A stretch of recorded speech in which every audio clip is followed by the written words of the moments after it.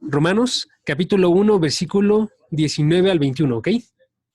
Voy a comenzar ahorita leyendo desde la versión NBLA. Romanos, capítulo 1, versículo 19 al 21, ¿ok?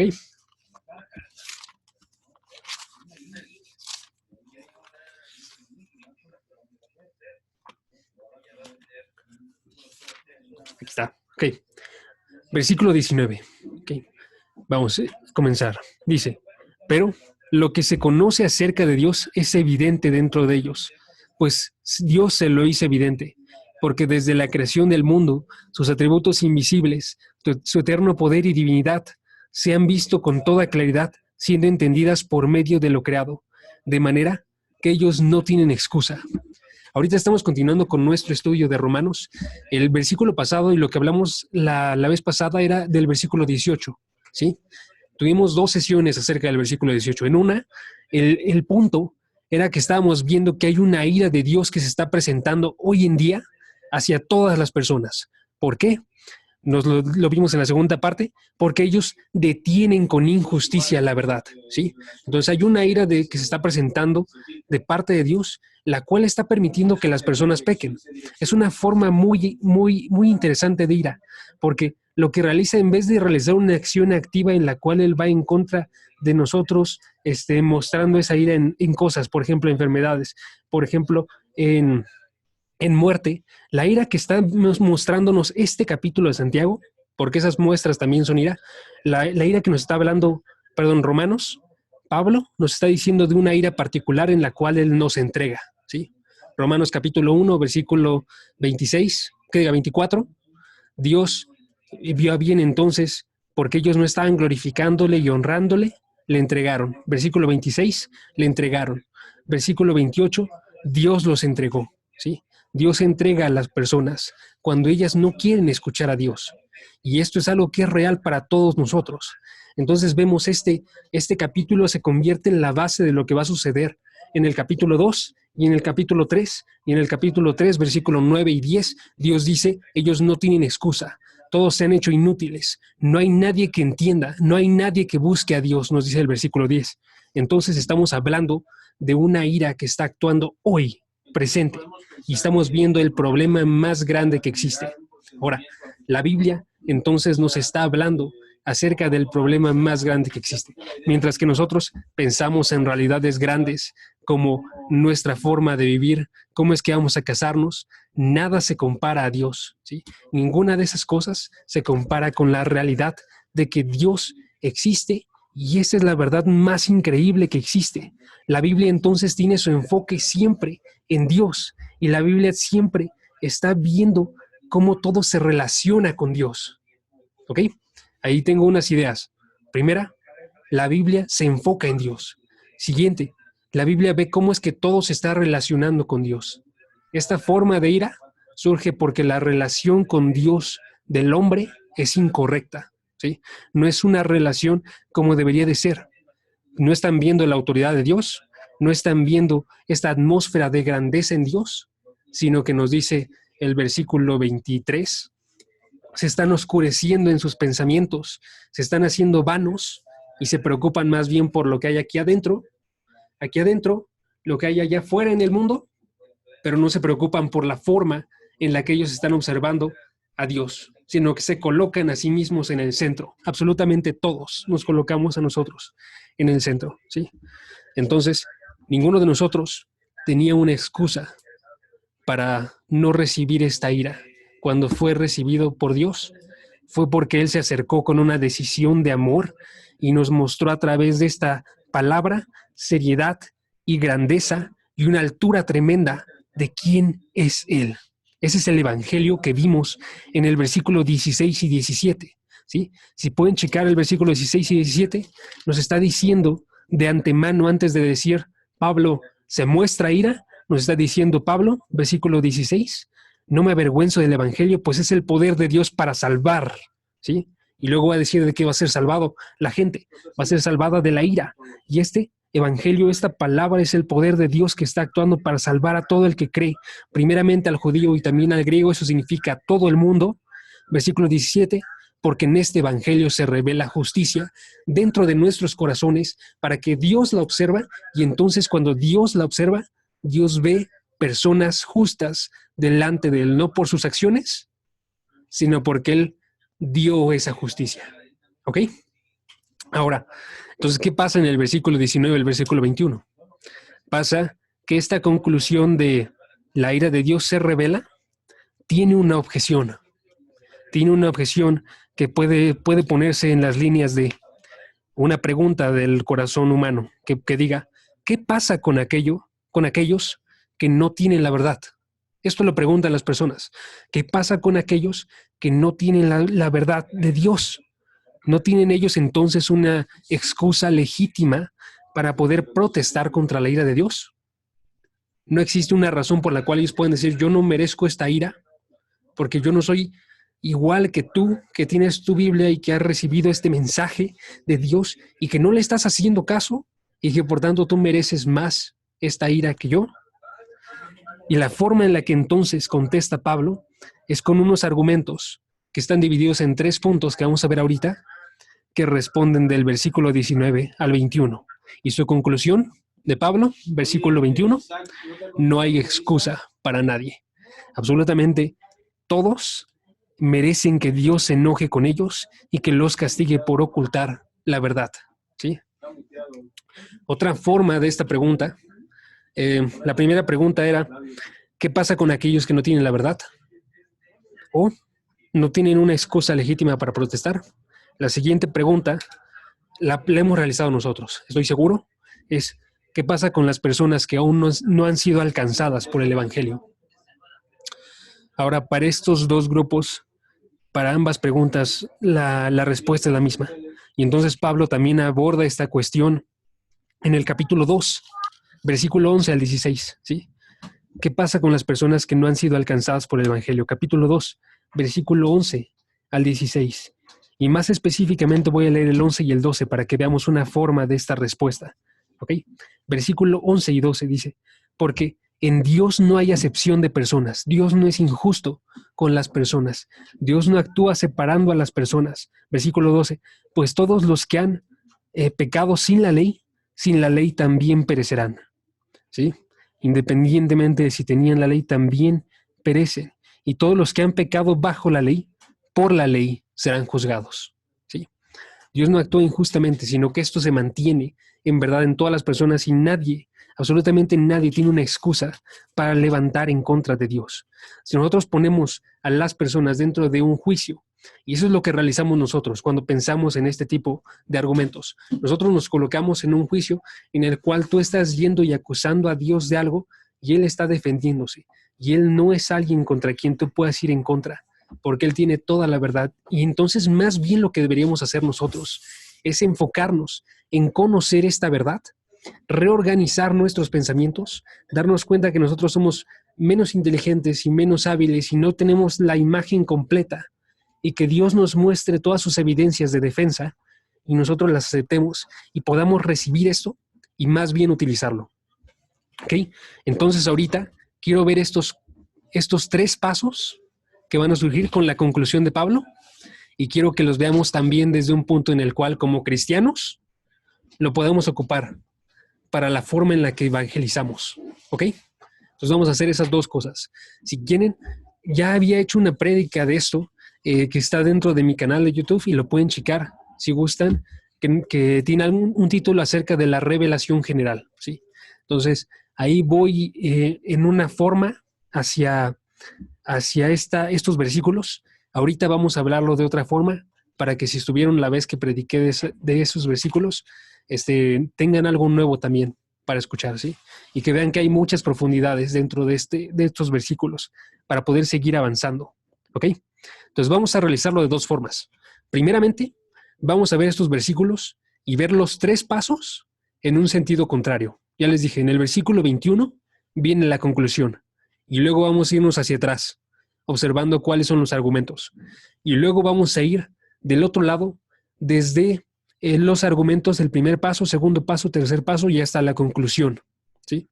Y la forma en la que me gustaría que vieran esto es que es básicamente como realizándolo desde la mentalidad del hombre y desde la mentalidad de Dios, ¿sí? ¿Cuál es la mentalidad del hombre? ¿Cuál es la mentalidad de Dios? Y observemos esto que está realizando Pablo, ¿sí? Entonces, primer punto, tenemos que darnos cuenta que no hay excusa, ¿ok? Que no hay excusa. Esa es la conclusión de Pablo al final del versículo 20, ¿sí? Y entonces nos dice el versículo 20, han visto con toda claridad siendo entendidos por medio de lo creado, de manera que ellos no tienen excusa. Esta palabra de manera nos está diciendo de modo que está surgiendo esto, de modo que llego a la conclusión. ¿Y cuál es la conclusión de Pablo? No hay excusa. Este es el razonamiento de hombres. Primeramente tendríamos que decir nosotros delante de hombres, no hay una excusa a lo que tú estás poniendo aquí. El hecho de que tú no estás glorificando a Dios ni dándole gracias, no hay una excusa para eso. Dios no se equivoca al revelar su ira, ¿sí? Entonces, lo que sucede del problema, el problema es la pregunta que surge para los hombres. Entonces les digo, razonamiento de hombres. La pregunta que surge para los hombres es, ¿hay personas en el mundo que tienen una excusa o una orden para poder protestar contra Dios? Y la respuesta es no. No hay una excusa, ¿sí? Todos son culpables. No hay quien pueda retar a Dios, sino más bien tenemos que entender qué es lo que nos está diciendo, ¿ok? Siguiente, sería el punto número 3. Me refiero a porque estamos yendo en reversa. Sería la primera, que diga la tercera razón por la cual no hay excusa. Ahora, ¿cuál es esa razón? 3, porque no honraron a Dios. ¿Sí? Entonces, estos son los argumentos. Primer argumento, que diga, tercer argumento, no honraron a Dios. Nos dice al final del versículo 21.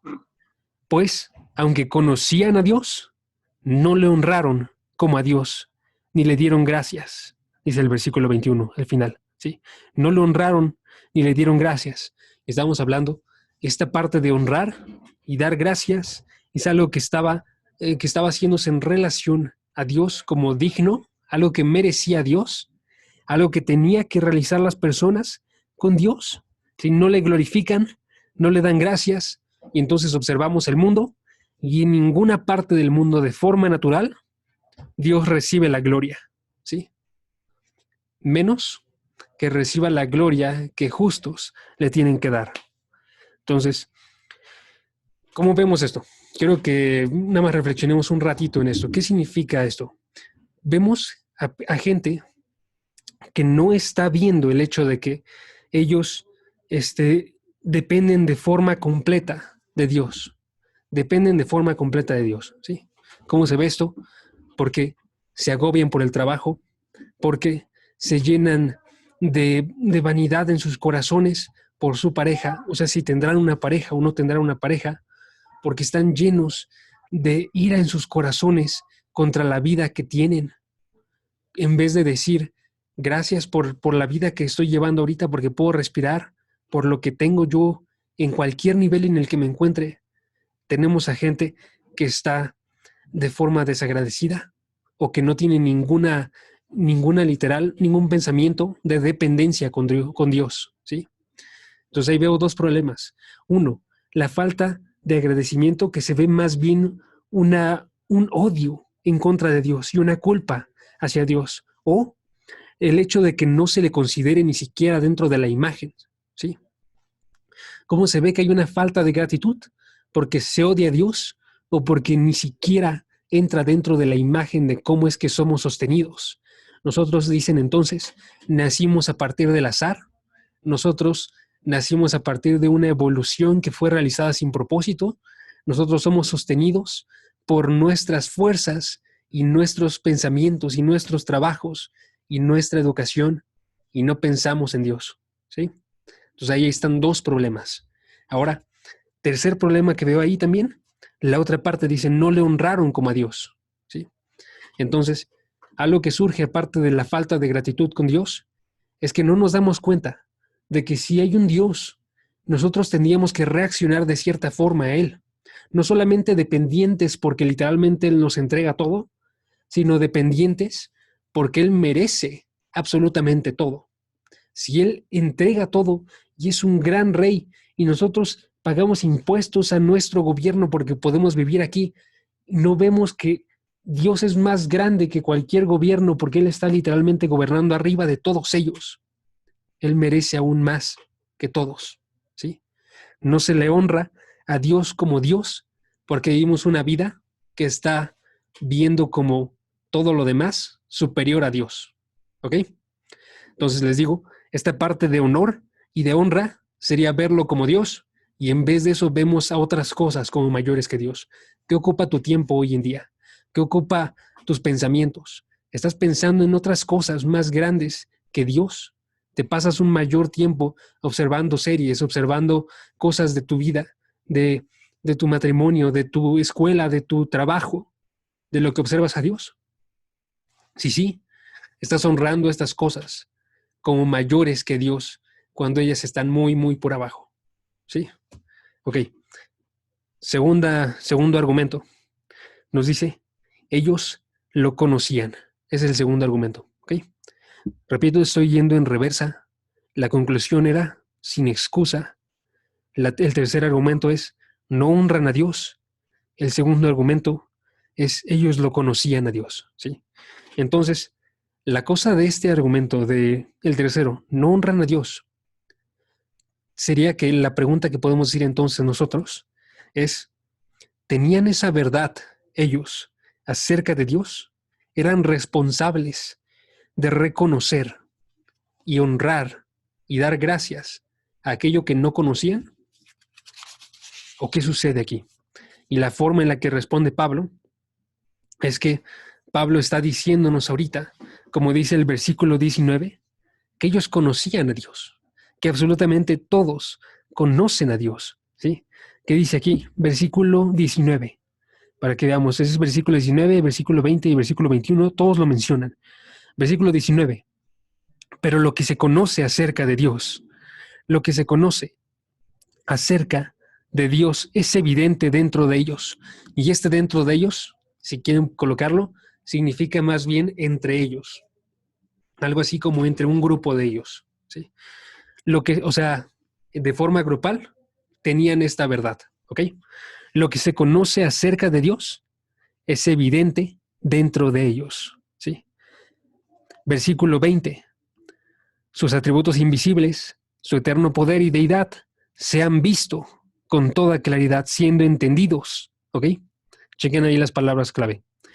1, versículo 19, era lo que se conoce acerca de Dios. Se conoce, siguiente parte, es evidente dentro de ellos.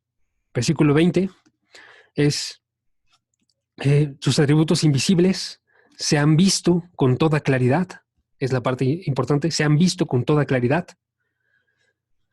Siendo entendidos, es la siguiente. Ya vamos cuatro cosas que están diciendo, afirmando que se conocen, siendo entendidos. Por un momento, Dale, dale. ¿será que me puede decir cuál está leyendo?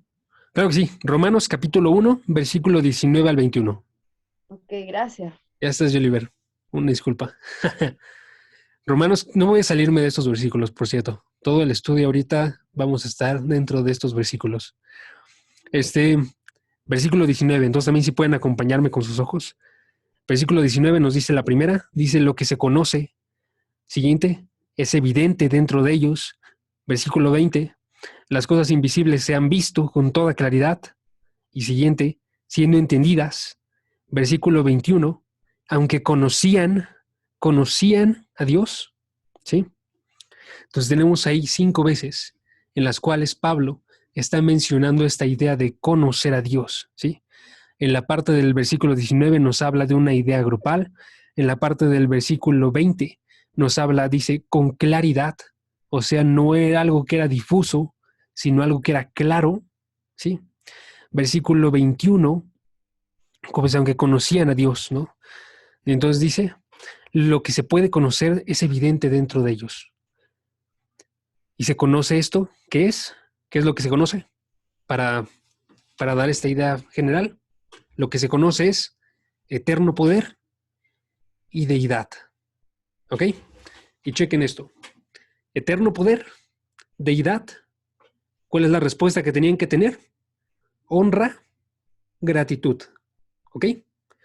Eterno poder nos da gratitud porque eterno poder es lo que está manejando para crear todo lo que provee sus vidas. Deidad nos está hablando de una posición alta, Dios altísimo, Rey de reyes, Señor de señores, el alfa y el omega. Honra. Entonces, honra tendría que surgir de eso. ¿Ok? Pueden unir esas dos ideas y ver eso. Entonces, el paso 4 era la conclusión de Pablo. Nadie tiene excusa. El paso 3 o el argumento 3 es no glorificaron a Dios ni le dieron gracias. El paso 2, esta falta de adoración no tiene excusa porque tienen un conocimiento de Dios. ¿Ok? Tienen un conocimiento de Dios. Ese es el punto. Ahora, ¿cuál es el primer argumento entonces? El paso 1, que Dios se hizo evidente. Entonces, si yo voy pensando a través de esto como hombre, y yo sé que no hay excusa, entonces lo que surge para mí es decir, no hay excusa de qué. Tendríamos que estar entonces, paso 3, glorificando a Dios y dándole gracias. Pero, ¿cómo es que tendría que estarle glorificando a Dios? Para eso primero tendría que conocerlo.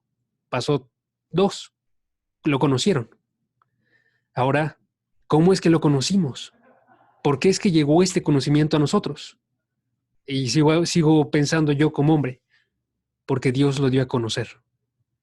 Dios es el único que puede dar a conocer su divinidad y deidad. Hombres no pueden actuar para conocer a Dios si no es porque Dios lo está realizando, porque Él está en un plano alto. ¿Sí? He dicho, Él es divinidad. Nosotros somos creación. Creación no se acerca a Dios si Dios no se acerca primeramente a la creación. Entonces lo que nos apunta a esto, el hecho de que Dios lo hizo evidente, es que Dios se está acercando y está actuando de una forma definida. ¿Ok? Chequen la declaración del versículo 19. Dice el versículo 19, lo que conocen acerca de Dios es evidente, pues Dios se lo hizo evidente. ¿Ok? Dios se lo hizo evidente. Versículo 20 dice, desde la creación del mundo, sus atributos invisibles se han visto. Fue una creación que fue dada por Dios. ¿Sí? Versículo 21 nos dice, eh, aunque conocían a Dios, no le honraron como a Dios, ni le dieron gracias. ¿Sí? Entonces, va formando esto antes de decir el hecho de que no le dieron gracias. El hecho de que Dios actuó para poder hacerse evidente. ¿Sí? Entonces, la siguiente cosa que podemos deducir de esto, no solamente es que Dios se está presentando y Dios está actuando activamente para revelarse, sino que no lo realiza cualquier persona. ¿Ok? Dios lo está realizando y Dios es ese autor de la revelación de quién es Él. ¿Sí? Dios es el autor, no lo realiza cualquier persona, no lo estoy realizando yo con ustedes solamente, sino que detrás se encuentra Dios dando esa palabra, no lo está realizando los árboles, no lo está realizando el interior de mí cuando yo veo mi biología o los cielos, lo está realizando Dios detrás de todo eso. Ahora, ¿cómo es que lo hizo? Es la pregunta que surge. ¿Cómo lo hizo? ¿Cómo lo hizo? Y esto se nos explica en el versículo 20. Versículo 20. ¿Cómo lo hizo? Desde la creación del mundo, sus atributos invisibles, su eterno poder y deidad se han visto con toda claridad. Y aquí nos dice la forma en la que lo hizo, siendo entendidos por medio de lo creado. ¿Ok? Siendo entendidos por medio de lo creado. ¿Ok? O entendiéndose a través de lo hecho. Dios entonces muestra de forma evidente, se da a conocer a través de sus acciones, de su creación. ¿Ok? No es de casualidad, sino que Dios está haciendo la provisión para hacerlo. Y entonces, si checan el versículo 19, está diciendo Dios hizo, de forma más literal del griego, Dios hizo evidentes a la humanidad. ¿Sí? Ese es, de forma literal, una transliteración, perdón, un interlineal. Entonces está un poquito lejos del español que manejamos nosotros, pero es la forma en la que es. Dios hizo evidentes a la humanidad. ¿Qué cosas? Su poder y su deidad. Dios hizo evidentes a la humanidad. Y ahora, aquí quiero destacar nada más una palabra dentro del griego, nada más para que vean esta parte. La palabra del versículo 20, que nos está diciendo, siendo entendido por lo que ha sido hecho. Lo que ha sido hecho, esta palabra es una palabra que ustedes van a reconocer. La palabra es poiema. Poiema. ¿Ok? ¿Cómo la reconocen? Si quitamos la i, de esta palabra, poiema, surge la palabra poema. ¿Ok? La palabra poema nos está hablando acerca de cosas específicas. ¿De qué? De designio, o sea, de intención, de designio, de intención, de sabiduría. Nos está hablando de una manifestación, de un designio, de una intención y de una sabiduría. ¿Ok? Entonces, ¿qué nos muestra esto de lo que Dios ha hecho? Aquí dice, esto lo ha hecho. ¿Ok? Nos muestra que lo que hizo Él fue con un designio, con una intención y con una sabiduría. Por tanto, Dios actuó, Dios planeó, Dios diseñó, Dios creó. Dios actuó, Dios planeó, Dios diseñó, Dios creó. Esta creación que nosotros vemos ahorita es un poema de parte de Dios que nos está describiendo las habilidades, nos está describiendo los pensamientos y las intenciones de Dios. ¿Ok? Es un poema que es relevante entonces hoy en día porque esta parte de la ciencia que nos habla acerca de la evolución, por ejemplo, hoy en día es utilizada de modo que podamos decir, esta hipótesis de Dios es innecesaria. ¿Ok? Como tal, las teorías no son malas si no tienen intención, pero cuando una teoría se utiliza de modo que podamos decir algo, que la hipótesis de Dios es innecesaria, cuando descartamos, porque solamente estamos pensando que es suficiente tiempo, que es suficiente materia y suficiente azar, dan igual a todo lo creado, y descartamos a Dios, nosotros estamos leyendo muy, muy distorsionado este poema. ¿Sí? La forma entonces en la que hablan los científicos de hoy que tienen este pensamiento es que están quitando a Dios de la ecuación cuando es algo necesario. Y tenemos que ver que aún este tipo de teorías no pueden superar a Dios. ¿Sí? Cualquier realidad, independiente de cuál sea la realidad científica, toda tiene que ser probada de forma verdadera antes de ser asimilada. Y todas estas, aun si nosotros no lo vemos inmediatamente, todas, si están siendo reales, van a encajar de forma inmediata con Dios. ¿Sí? No pueden ir separadas. Les voy a decir unos libros y una forma en la cual se ha estado argumentando hace unos años ya acerca de esta teoría evolutiva, nada más para que tengan una idea. ¿Okay? Philip Johnson, escribió 2 libros, uno que se llama Darwin en juicio, otro que se llama Defendiendo el darwinismo por mentes abiertas, ¿sí? Y en este libro lo que hacía era que decía que había un prejuicio filosófico detrás de todo esto, más allá que evidencia científica. Entonces estaba dando con ciertas ideas correctas en el hecho de que estaba consciente de que hay un prejuicio que está entrando dentro de las mentes, bueno, más bien que surge a partir de las mentes, que está siendo liberado hacia estas teorías. ¿Sí? De otra forma, Michael Behe, se escribe B-E-H-E, en 1996, escribió La caja negra de Darwin. Y aquí lo que argumenta él es algo muy interesante, es el hecho de que, el argumento se llama irreductibilidad compleja. No lo puedo pronunciar tan bien, perdón. Lo que está argumentando ahí es qué tan compleja es solo una célula, solamente una célula, que no puede ser reducida y quitada y desmantelada y seguir funcionando, ¿sí? Que una célula necesita cada uno de sus componentes para poder estar funcionando. Y entonces que esta idea de evolución se volvería incluso más compleja si nosotros pensamos el hecho de que esto tendría que estar surgiendo sin alguno de los componentes e ir sumando cada uno de los componentes de forma sucesiva y pensando que la célula sobrevive por sí sola sin alguno de los componentes y lo realiza y continúa avanzando y avanzando y avanzando, ¿sí?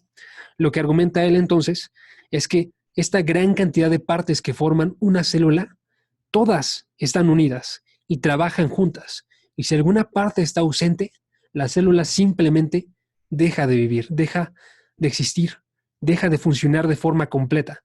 Y lo realiza él hablando acerca del flagelo bacteriano. Y entonces dice que el flagelo bacteriano es una parte de la célula, es un motor, ¿sí? Y este motor, para no meterme en tantas cosas científicas, o sea, más complicadas de las que yo puedo explicar, este motor funciona con varias partes, ¿sí? Tiene un motor rotativo, tiene un estator, tiene juntas tóricas, tiene bujes, tiene un eje de transición, todo esto para poder mover a la célula, ¿ok? Esas partes que dije ahorita, esas 3, 4, 5 partes funcionan para poder mover nada más a la célula, ¿ok? Y estas partes necesitan de una cantidad de proteínas que tiene que ser exacta, 50 proteínas, ¿ok? Y si tú quitas una de esas partes, el motor no funciona. Y si tú quitas una de esas proteínas, el motor no funciona. Y eso es lo que dice entonces, es que hay una, y aquí viene el título otra vez, una complejidad irreducible. Esa es la forma en la que tiene que ser pronunciada. Una complejidad irreducible. No puede ser reducida más allá de eso, ¿ok? Otra cosa, y la forma en la que lo defienden, aquí va. Hay un filósofo científico muy famoso llamado Richard Dawkins, que es uno de los principales ateos dentro de todo el mundo, defendiendo este movimiento ateísta. Y aún en la forma en la que lo dice, es que él, la frase que estoy citando ahorita, dice, la biología es el estudio de cosas complicadas que dan la apariencia de haber sido diseñadas con un propósito. ¿Ok? Entonces, la forma en la que se argumenta cuando se ven todas estas complejidades y dificultades es que las personas tienen que constantemente tener en cuenta esta idea de que ellos son ateos y que tienen que dejar de sacar y que diga de meter a Dios dentro de esta ecuación, ¿sí? La forma en la que lo coloca Francis Crick, que es uno de los codescubridores del ADN, dice, los biólogos deben de tener en cuenta constantemente que lo que ven no fue diseñado, sino evolucionado. ¿Por qué? Porque cuando entras en todo esto y te adentras a la creación, surge algo muy evidente para nosotros cristianos, que es el hecho de que no fue creada de forma accidental, ¿sí? Sino que es evidente. Y lo que nos muestra este tipo de reacciones de Richard Dawkins, la forma en la que lo frasea Francis Crick, es que esta realidad de Dios tiene que ser comprimida de forma constante, ¿sí? Tiene que ser suprimida de forma constante para que no tengan que encontrarse con su Creador y le tengan que glorificar y tengan que honrarle y darle gracias. ¿Sí? Ok. Ahora, vamos a revisar estos puntos otra vez.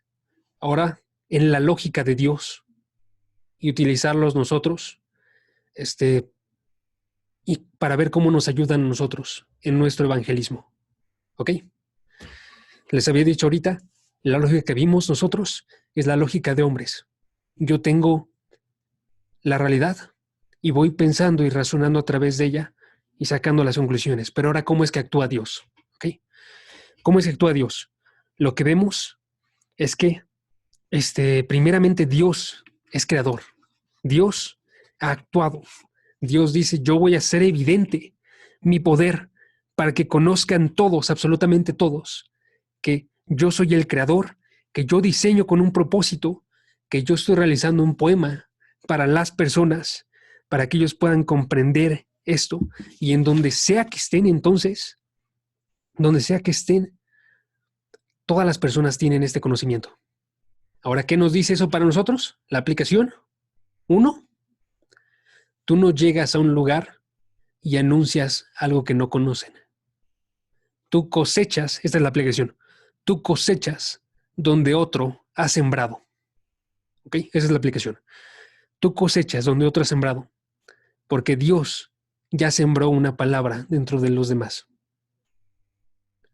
Un conocimiento. Siguiente parte del argumento. ¿Ok? Siguiente argumento. Todas las personas conocen a Dios. Eso es lo que dijimos. ¿Ok? Entonces, si nosotros sabemos que todas las personas, hombres, mujeres, jóvenes, ancianos, todos conocen a Dios, y tú vas a un lugar en el cual es completamente distinto todo, ¿ok? No tienen la misma cultura, no tienen el mismo contexto que tú. Tú sientes un temor dentro de ti de que no quieres hablar con ellos porque no han vivido las mismas cosas, no han tenido las mismas experiencias. Hay algo que nos aleja. Tú ya te hiciste viejo y estás hablándole a niños o estás hablándole a jóvenes que ya tienen una cultura completamente distinta. Nosotros sabemos que independiente de eso, 2, la aplicación, todos tienen algo en común, una verdad. Está suprimida, pero está ahí, ¿sí? Tienen en común una verdad. Ese es el punto. ¿Ok? 1, tú cosechas donde otros han sembrado. Y está ahí la palabra. 2, tú tienes siempre algo en común con las personas, una verdad. Les digo, está suprimida, pero está ahí, en todas las mentes, en todos los corazones. Tú no hablas nada nuevo, sino que tú estás hablando acerca de algo que ya conocen, que es que Dios existe y merece eterno poder y deidad. Que me lleva al tercer argumento y a mi tercera conclusión. El tercer argumento era, ellos suprimen este conocimiento, ¿no? Entonces, si ellos suprimen y no glorifican a Dios a través de ese suprimir y no le dan gracias porque no aman la gloria de Dios y no quieren recibir, no quieren dar la adoración, y tú quieres, porque tú sí sabes, si conoces a Dios, tú sí quieres que ellos reciban esto y adoren a Dios, porque tú amas la gloria de Dios. Si tú quieres en tu corazón que le den gracias, si tú quieres en tu corazón que ellos honren y abran sus corazones, entonces nosotros vemos que tenemos, conclusión 3, tenemos una fuerte motivación. Una fuerte motivación. ¿Cuál es la motivación? Queremos que Dios reciba la gloria y las gracias. Tenemos una fuerte motivación, amigos. 4, la conclusión era, todo el mundo no tiene excusa. Todos en este planeta, todos están bajo la ira. Nadie tiene una protesta legítima. Y entonces, la gran tragedia que está sucediendo en todo el mundo no es drogas, no es sexo fuera del matrimonio, no es asesinatos, no son robos, no son la pobreza y dificultades sociales o el abuso, no es la corrupción. La mayor tragedia para todo el mundo es que ellos están bajo la ira de Dios y no tienen ninguna excusa para salirse de ella. Entonces, mi conclusión 4 es que nosotros no queremos que la gente muera. Hermanos, si nosotros estamos conscientes de este pesado, de esta pesada ira que ellos tienen sobre sus hombros, merecida, pero nosotros no queremos que mueran, eso nos envía a nosotros con un propósito fuera de nuestra puerta, fuera de nuestra habitación y de nuestra casa, y directo a las personas que vemos en todo lugar, a platicar acerca de la grandiosa buena noticia que nos da en el versículo 16 y 17 Dios. ¿Sí? El Evangelio, yo no me avergüenzo de él, porque es el poder de Dios para salvación de todo aquel que cree, al judío y al griego. Y ahí tengo nada más 2 preguntas para ustedes, para que reflexionen. Y esa es mi conclusión y terminamos orando, ¿ok? Mis preguntas para ustedes es si ustedes y yo vemos esta realidad, ¿sí? Si vemos esto en nuestra vida pasada, si estamos conscientes de la forma en la que nosotros rechazábamos a Dios y estamos viéndolo desde nuestra perspectiva ahorita, diciendo esto fue horrible y gracias a Dios porque me rescató. Y la siguiente pregunta es si conocemos esta realidad dentro de los corazones de todos los demás hombres. Y igual, si nos envía entonces a actuar a nosotros esto. ¿Ok? Padre, gracias porque nos permites conocer tus verdades, porque nos permites estar conscientes de que tú eres más grande que todas las personas y que tú te revelas y nos creas con un propósito enorme, que podamos glorificarte y darte gracias. Te pedimos una disculpa por todos los años que vivimos nosotros como incrédulos, que vivimos en contra de ti, que estuvimos ignorando y suprimiendo esta verdad dentro de nuestros corazones. Y te pedimos que nos ayudes ahorita a sentir esa realidad para llenarnos de agradecimiento y llenarnos de toda esta gloria que tú has provisto a través de tu Hijo, llevándolo a la cruz para poder darnos vida.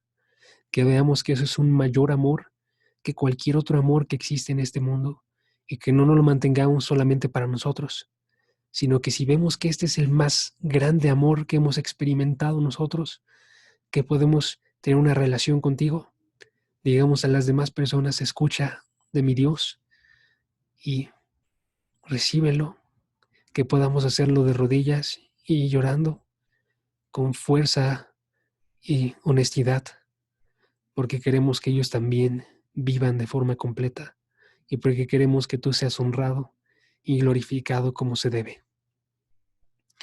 Te doy gracias por cada una de nuestras vidas y que nos permites vivir un día más para poder glorificar tu nombre. Y te pido todo esto en el nombre de Cristo Jesús. Amén.